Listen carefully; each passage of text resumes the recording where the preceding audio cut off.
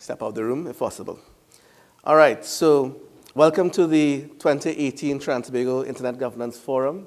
My name is Tracy Hackshaw. I am a director of the Trinidad and Tobago Multi-Stakeholder Advisory Group, also the chair of the Internet Society Trinidad and Tobago chapter. And I want to welcome all of you all this morning to our second annual IGF, our national IGF.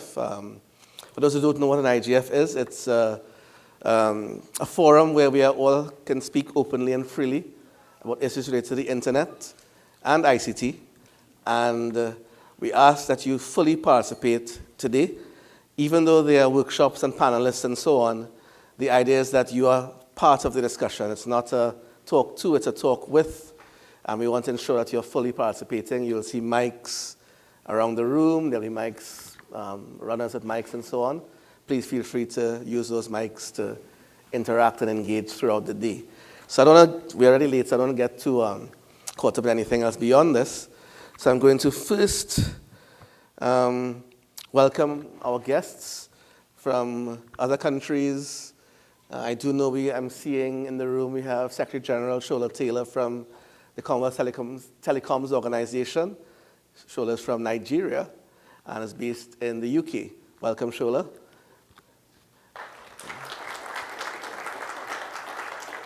I'm seeing, well, not a foreigner, but I'm certainly seeing another Secretary General.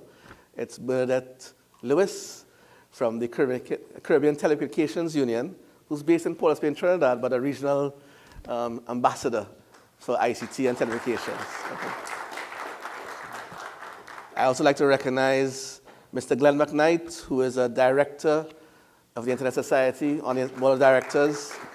I'm seeing Cleveland Thomas, who is the regional representative for the International Telecommunications Union, United Nations organization, Cleveland. Cleveland's not a foreigner. Cleveland's from Trinidad, but he's living in Barbados, so I don't know if that's foreign yet. I'm seeing, who else I'm seeing? I'm seeing Albert Daniels, yes, from the, ICANN. I'll wait out too long. So Albert is the Caribbean representative, Caribbean regional manager for ICANN. I'm also seeing Shernan Osepa, who is the regional Caribbean bureau head for Internet Society. Have I missed anyone? Foreigners, visitors, dignitaries? If I have, I'm sorry, but welcome. And we're going to go now to one of our directors of the Trinidad and Tobago Multi-Stakeholder Advisory Group, who is the chair, Mr. Devanand Tilak Singh, to bring welcome remarks. Dev?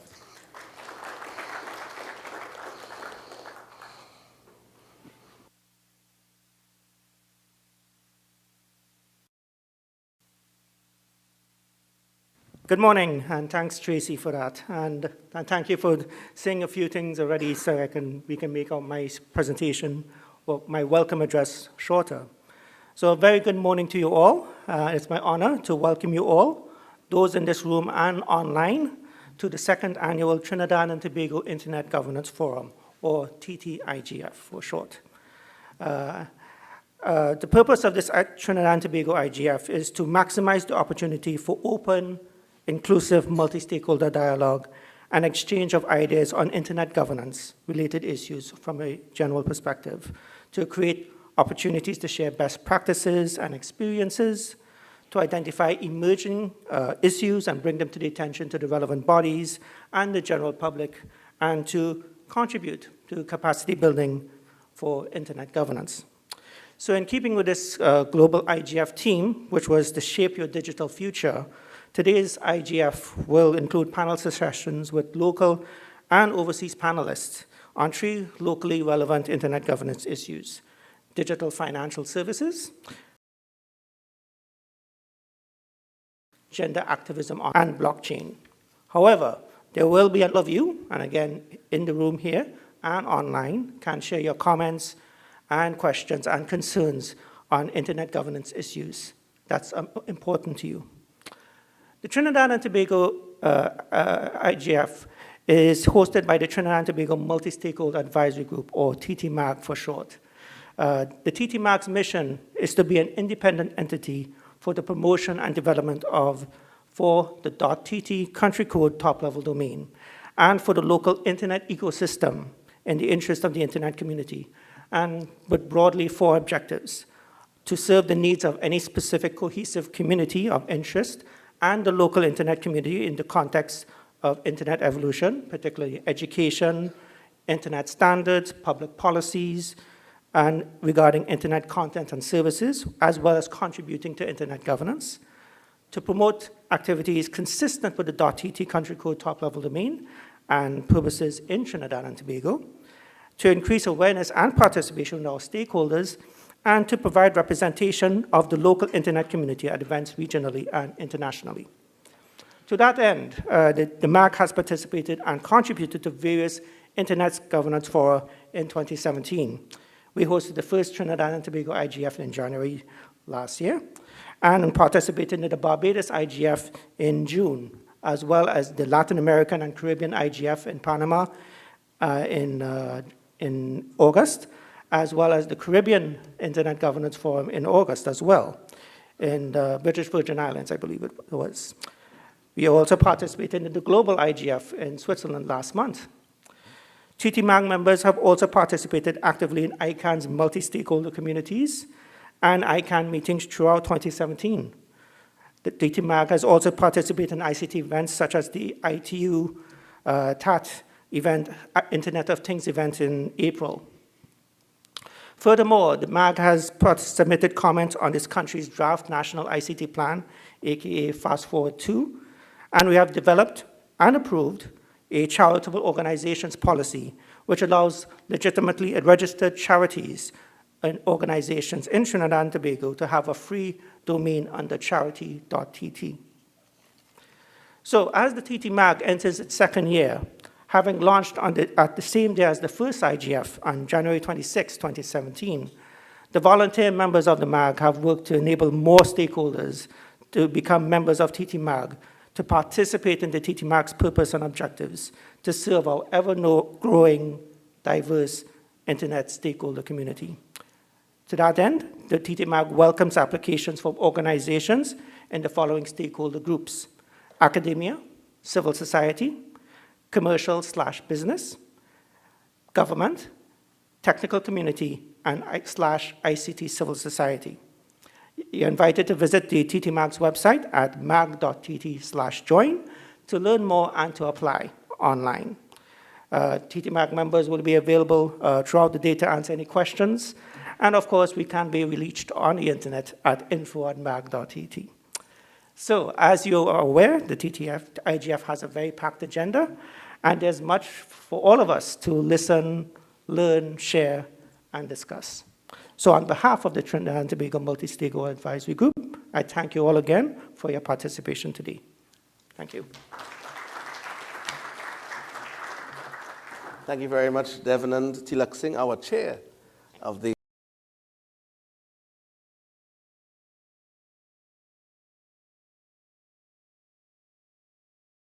TT. We do have video greetings coming from our colleagues and overseas who wanted to share some information with us. It's not long, maybe about 5 minutes in total. So I would first ask to queue up Ms. Lynn St. Amour, who is the chair of the United Nations Internet Governance Forum, MAG, Multi-Stakeholder Advisory Group, based in Geneva.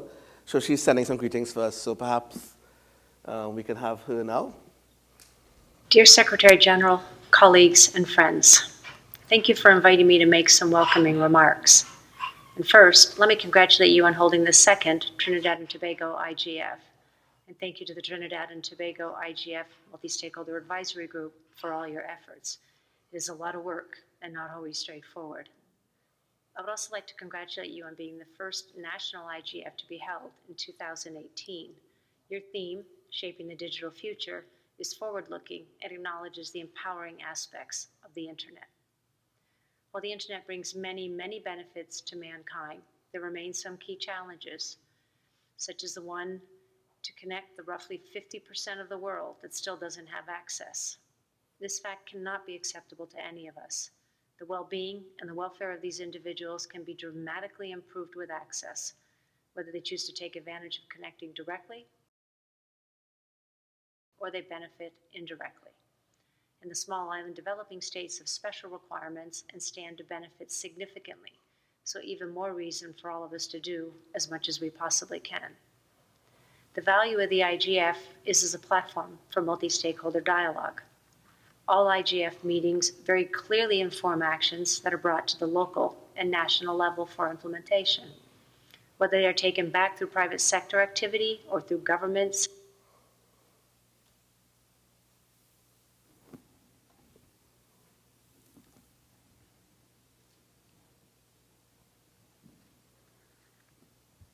Okay.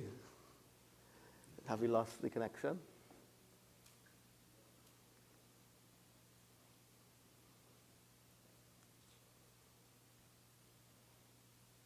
So this is dead air, so let me do a song and dance in the meantime. So that was Lynn St. Amour. I'm not sure if we'll get her back. Will we be getting her back shortly? And in doing the, bringing to bear the experience she has of running a MAG at the United Nations level, and the special interest they have in national and regional IGFs. There are, I think, now 70 national and regional IGFs around the world, and we are the first one for this year to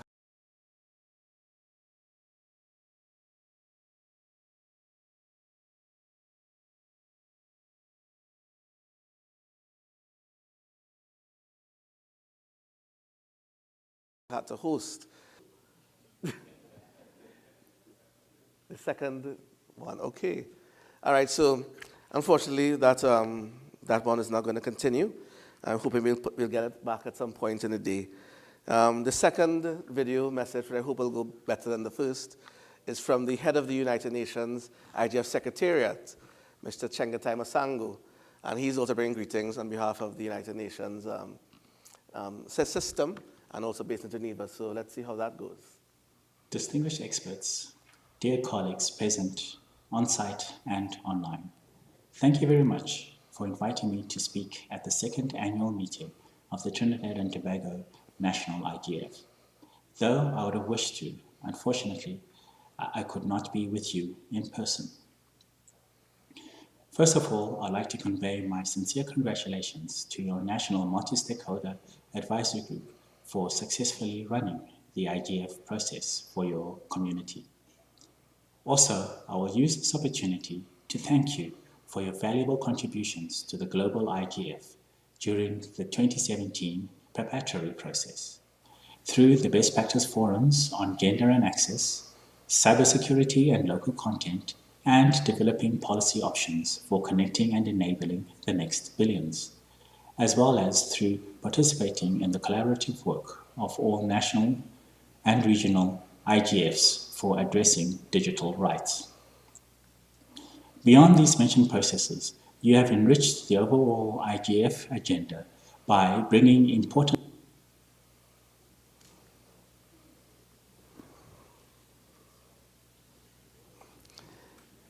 All right. So that's not going well. Perhaps what we could do is move on straight to our in-person. I'm sorry the technology seems to be failing us, and I don't know what's going to happen next at that, but we are at an Internet Governance Forum, so we have to fix this, don't we? So let me, yes, I don't think we're getting it back. So let me do the needful and introduce our featured speaker. Mr. Shola Taylor is someone who is very close and dear to our hearts. He has been a supporter of the region and Trinidad and Tobago in particular over the last several years. I know Shola from work in the government and his efforts at the ITU. I know he also has other colleagues in the room from the ITU and others as well. And Mr. Taylor from Nigeria has risen to the ranks to become the Secretary of the Commonwealth Telecoms Organization. The Commonwealth, as you know, is made up of the English-speaking members of the former United Kingdom Empire, who are now generally mostly independent and are working together to try and build a better world. And it's about 50, 55 countries around there. And I think that's one of the things we want to do today is bring that level of understanding of what other countries are doing and how we can participate in that work and how we can work together with organizations like the CTO to see how we can improve things like the internet in our part of the world and the services that run on top of the internet. So without further ado, I'm going to ask my great friend, Mr. Shola Taylor, Secretary General of the Commonwealth Telecoms Organization, to bring some remarks first. Shola?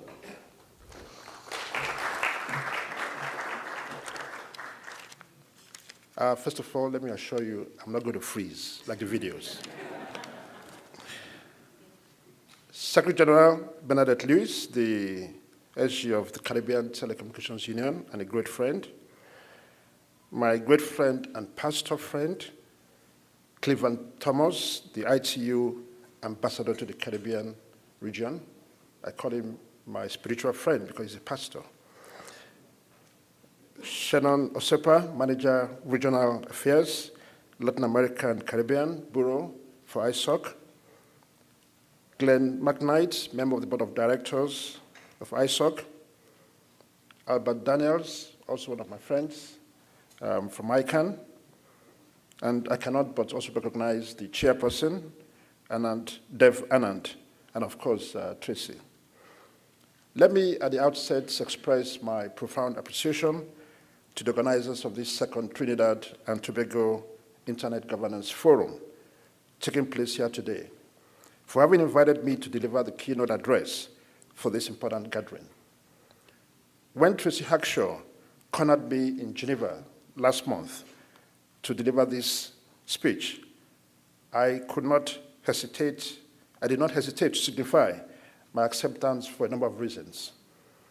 Firstly, I have been very encouraged, not only by the steps which the stakeholders of this country have taken in their effective participation at the international community on matters dealing with the growth of the internet for development, but also actions being taken by the governments, by successive government of this country, to improve the development of ICT in Trinidad.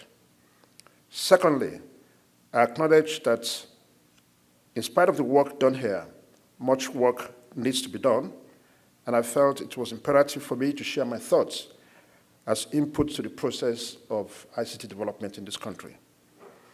Thirdly, Trinidad and Tobago is one of the very active members of the Commonwealth Telecommunications Organization, the CTO, and very supportive of the CTO's strategic plan, which has 6 main pillars, namely the enhancement of membership to the CTO, promoting good regulatory environments, ensuring that countries of the region of the Commonwealth have cybersecurity frameworks which addresses all the challenges we have today, universal access to all the peoples of the Commonwealth, about 2.2 billion, 60% of which are youths, ICT applications for the growth of our economies, and having Commonwealth coordination at international fora. Trinidad and Tobago currently occupies the position of chair of the CTO, and is represented by Gilbert Patterson, who also doubles as the chairperson of TAT, and I'm sure you're all familiar with TAT. Finally, one of the reasons why I'm here is that I don't think any CTO staff based in the UK will hesitate to come here on mission when that opportunity arises. So for us at the CTO,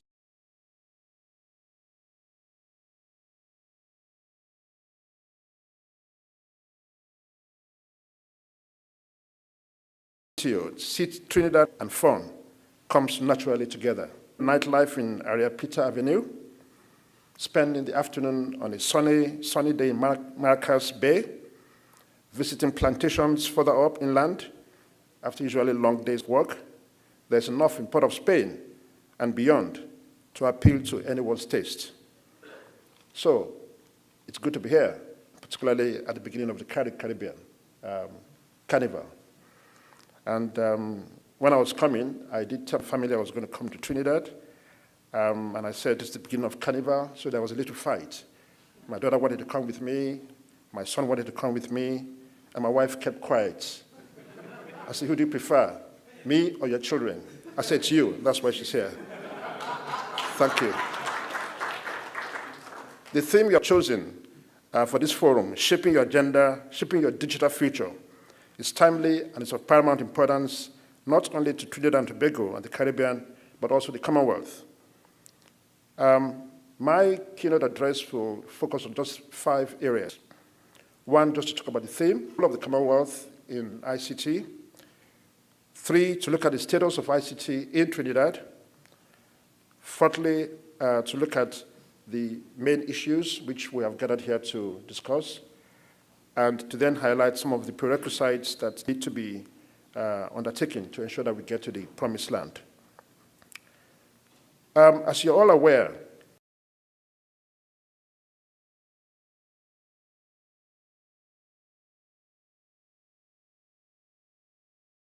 the Commonwealth tremendous strength that we have over 100 years of existence. We're about 117 years old this year. Significantly, unlike regional organizations, our membership includes in Europe, in the Caribbean, in Asia, and the Pacific. Gaining consensus on key issues relating to ICTs and telecommunications among Commonwealth countries can therefore play a critically important role in fostering wider international engagements. 3 years ago, the CTO convened the Commonwealth ICT Ministers meeting in London, and that was their first biennial meeting, and this cuts across all the Commonwealth countries.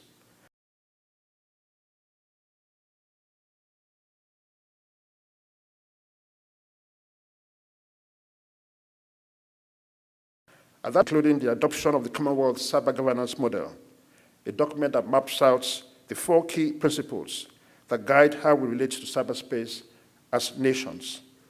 These 4 principles are based on the values and aspirations enshrined in the Commonwealth Charter. 1, we contribute to a safe and an effective global cyberspace. 2, our actions in cyberspace support broader economic and social development.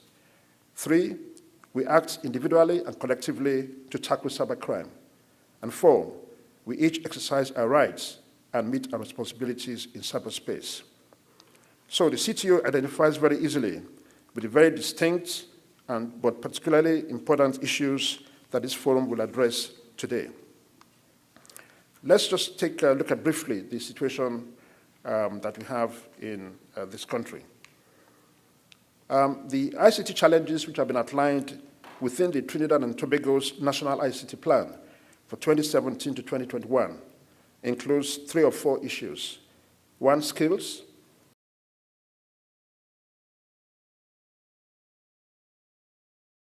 Although ICT penetration remains Trinidad and Tobago lags behind advanced nations in the productive and innovative use of the ICTs. Uptake. There currently exists limited awareness of e-services and the benefit. Users have a poor perception of e-services, which negatively impact engagement with such services. Environment. Trinidad and Tobago lacks the robust legal and regulatory framework required for e-business, e-commerce, and e-services, as the Electronic Transactions Act and the Data Protection Act have only been collaboration to plan, design, procure, and share common ICT applications to reduce cost, to create standardization across governments, and further enable efficiency gains through ICTs. It's also a key point. Now, we have at the CTO been involved in collaborating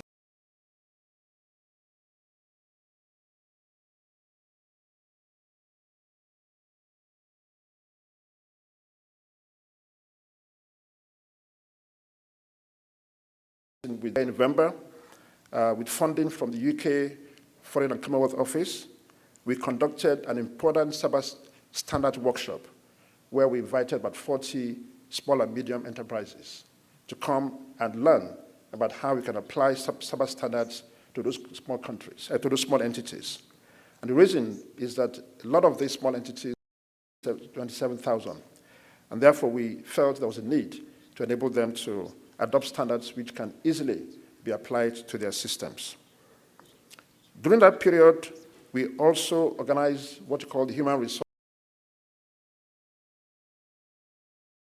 and ICT Forum. And we did examine the unique human resource needs of the ICT sector to imagine challenges and potential resolutions, as well as the role of ICTs in human resource management.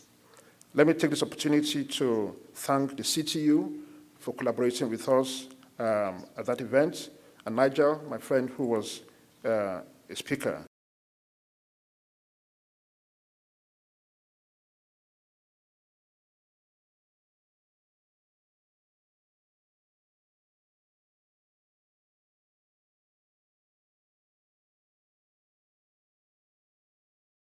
Because our ministers gave us a mandate to carry out this study. And I'm pleased to inform you that in June, 18th June 2018, 18th June 2018, we shall be publishing this report, which our ministers will be in the UK.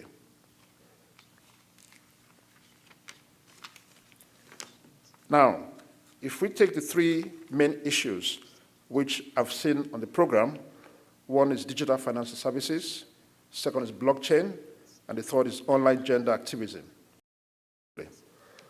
Financial inclusion, and particularly the historic challenge of the limited access to banking and financial services, has been a significant obstacle to economic development globally.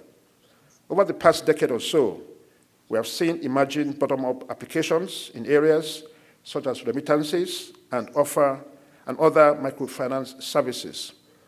Prior to that, virtual banking began to emerge, thanks largely also to digital technology, innovations, and the internet.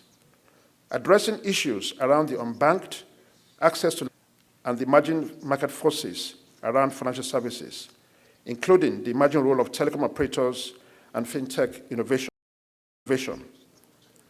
force us into conversations of the kind we have in this forum, and we hope that will facilitate better understanding. So I look forward to the discussion on digital financial services later on. Beyond digital financial services, we're also increasingly dependent on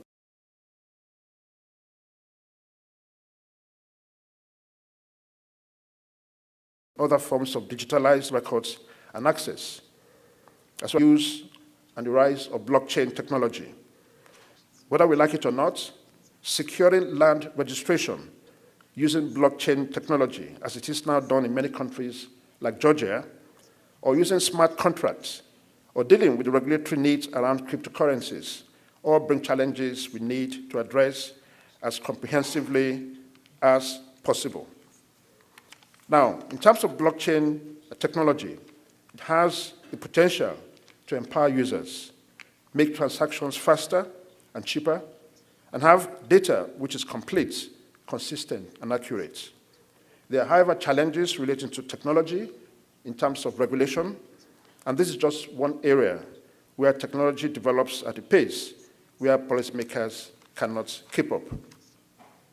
And yes, for all the associates, many opportunities beyond the obvious technological applications that are now possible. One such opportunity is a new voice it gives to the promotion of human rights, and particularly to gender activism online. Thanks to the internet, many countries and communities are beginning to overcome deep-rooted taboos. Take the obvious issue of violence or against women, which have been widely publicized, not fake news. We begin to see more action by governments and legislators around the world, and the women communities who want to fight and make sure the environment is safe for all. While the CTU has done a lot of work, I must confess that we have not been active on gender activism.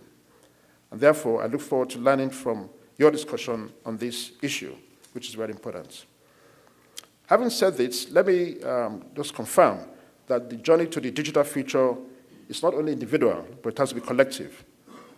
Coordinated multi-sectoral strategies are required by countries, which must consider a range of issues and factors, including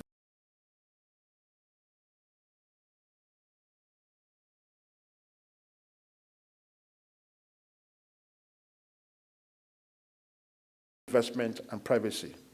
I'll highlight a few issues which are central.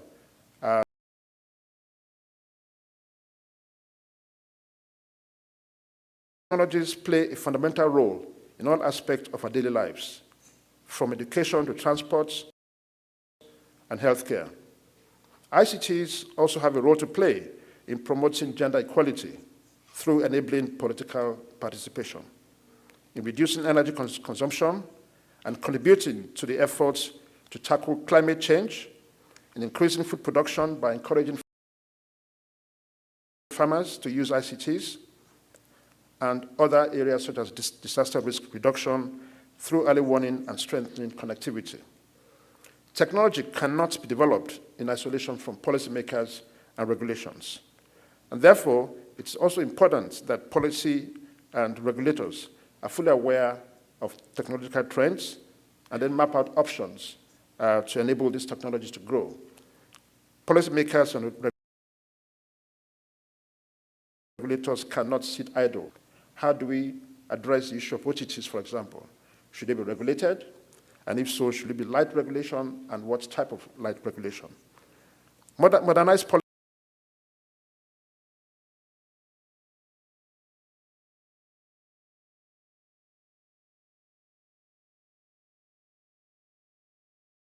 in Trinidad. Competitive digital economies require government to create the enabling conditions, the laws and frameworks, including for machine-to-machine communications.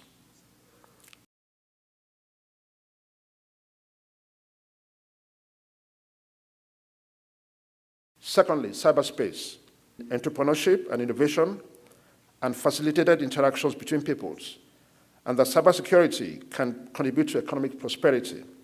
The CTO Council last September in Maputo adopted a resolution which encourages the heads of states of the Commonwealth meeting in April 2018 to ensure that they have cybersecurity as one of their top agenda items. And I really want to thank Bernadette Lewis, who went to the Bahamas and assisted us to put this on the agenda of the Caribbean ICT ministers, and I understand they all supported that resolution.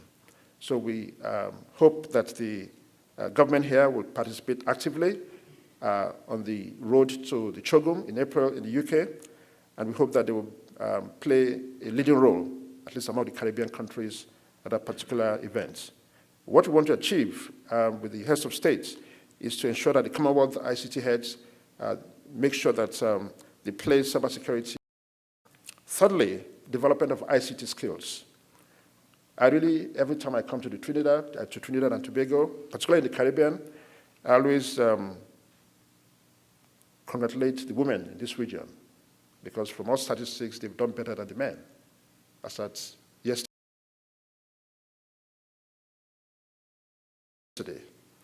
And I hope for the good things you're doing. ICT skills are now necessary for almost all forms of employment. Therefore, there's a need to prioritize ICT capacity building and enable creativity, particularly amongst youths.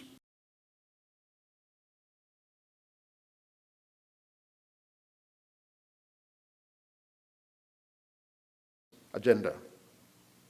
Fourthly, ICT applications. One example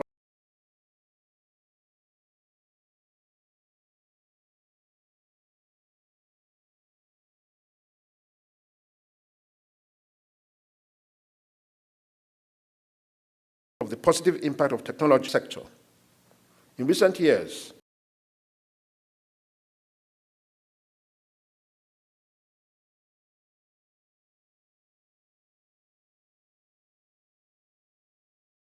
there has been increasing penetration by mobile phones in value chain segments, which are being adopted. Initiatives such as this can be useful for this country to boost its agricultural sector by enabling increased productivity, profitability, and employment opportunities. In this country is part of the discussion in ensuring that ICT development is on the high priority for Trinidad and Tobago. Citizen inclusion is vital to e-government frameworks. There's a need for accessibility, accountability, and trust between users and government services. The multi-stakeholder platform, which is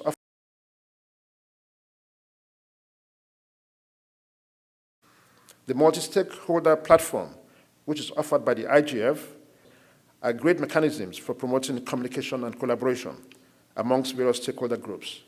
It's therefore important that developing countries such as Trinidad and Tobago continues to participate in these global platforms to ensure that there is a contribution to global policy development as this impacts upon national policies. I must say that in the last 3 ICANN and GAC meetings that I've attended, I must commend Trinidad and Tobago for having a relatively large, multidimensional, multicultural delegation, and they're all excited all the time. And last time I felt I should socialize with them, and that resulted in me coming here. So I really thank Tracy and your team, very wonderful team. Finally, let me thank you for having allowed me to share these thoughts, and I will assure you that the CTO will continue to support the efforts of Trinidad and Tobago in all its efforts to build ICT development in this country. We will also continue to collaborate with our partners, the ITU, the CTU in particular, being the main organization that's responsible for development of ICT in this region, as well as CARICOM and other organizations. I wish that I've been able to provide you with a few thoughts, and I really want to thank you for listening to me. I traveled here, it's about 11 hours, and I thank you for listening to me because I need to justify why I came here, spending 11 hours. Thank you very much. Thank you very much, Shola, and I think you can be rewarded by a few 5 p.m. activities that might be on offer Sunday at the Savannah, where there's right. So thanks for a very enlightening discussion, spreading the message about the way to work together and the areas that we need to look at in the region and in Trinidad and Tobago in developing our sector. So before we move on, I think we have rectified the video issue. And I'm going to bear with me for, a couple of minutes to get this done because the colleagues who put this together went through some effort to do it. And I will hate to think that they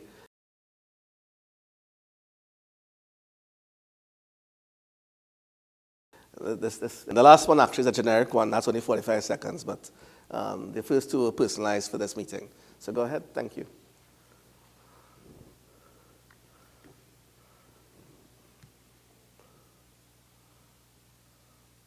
Dear Secretary General, colleagues, and friends, thank you for inviting me holding the 2nd Trinidad and Tobago IGF.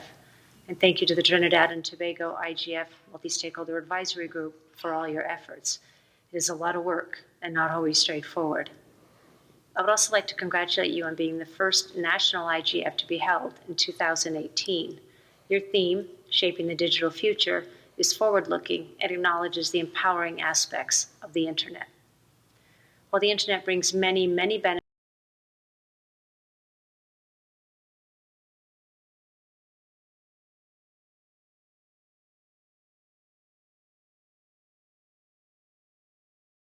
to mankind, there remain some key challenges, such as the one to connect the roughly 50% of the world that still doesn't have access. This fact cannot be acceptable to any of us. The well-being and the welfare of these individuals can be dramatically improved with access, whether they choose to take advantage of connecting directly or they benefit indirectly. And the small island developing states have special requirements and stand to benefit significantly if we possibly can. The value of the IGF is as a platform for multi-stakeholder dialogue. All IGF meetings very clearly inform actions that are brought to the local and national level for implementation. Whether they are taken back through private sector activity or through government, civil society, academic, or technical activities, or through some of the IGF intersessional activities, there is clear action being driven from the annual IGF and from the national, regional, and youth inform the global meeting and global activities while also informing other NRIs. Your contributions are extremely informative and useful to the IGF and to the IGF intersessional activities. And the MAG looks forward to your contributions continuing in the years to come. Turning to the United Nations 2030 Agenda for Sustainable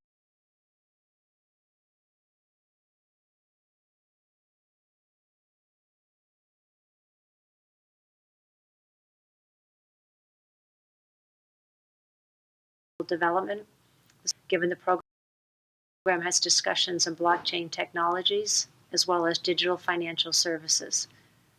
In addition, your discussions on gender and gender online issues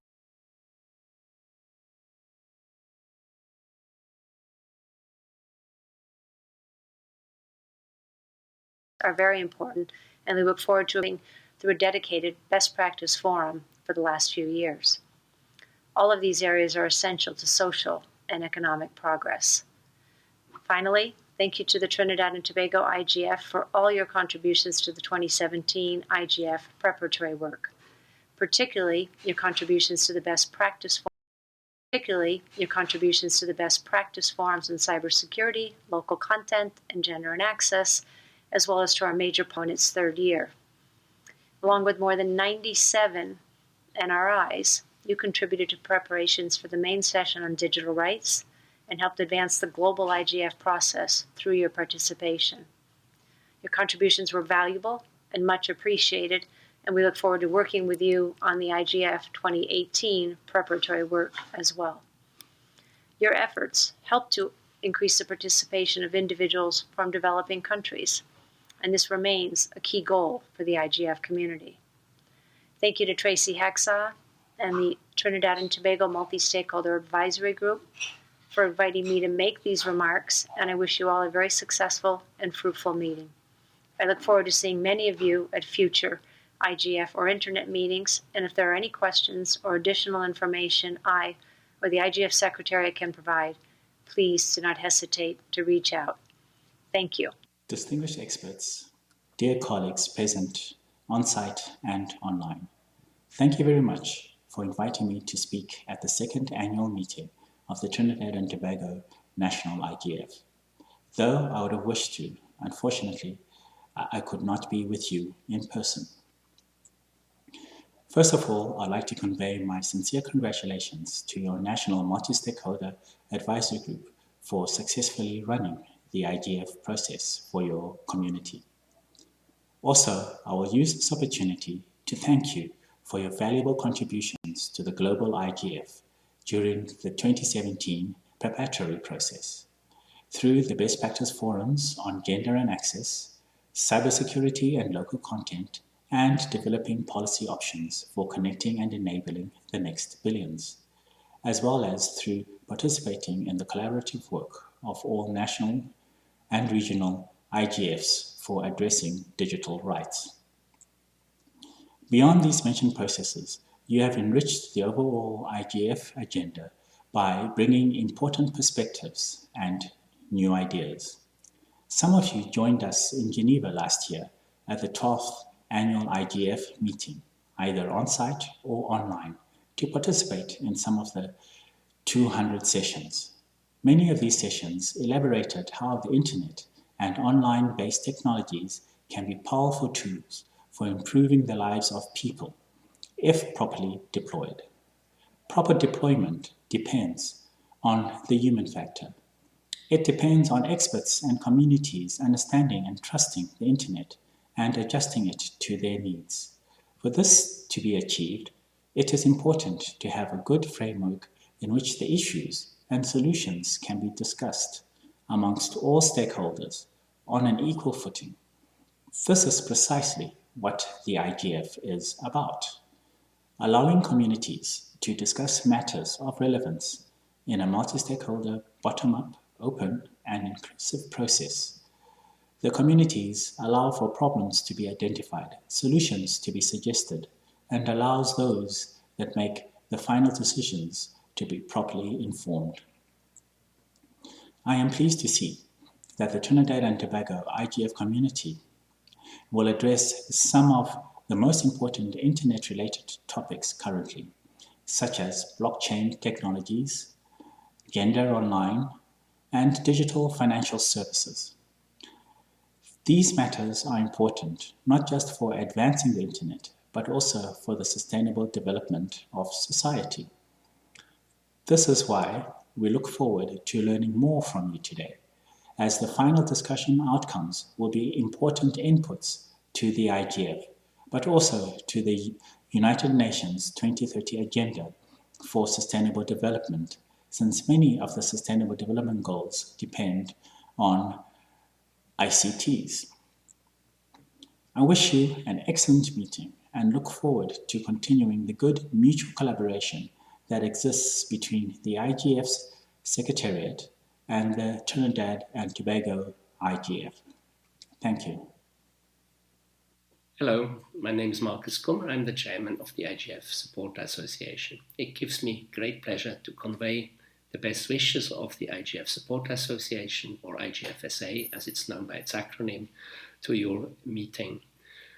The IGFSA is here to support the IGF, the global IGF, but also all the national and regional IGFs, the growing network of NRIs as they are known. We think this is important.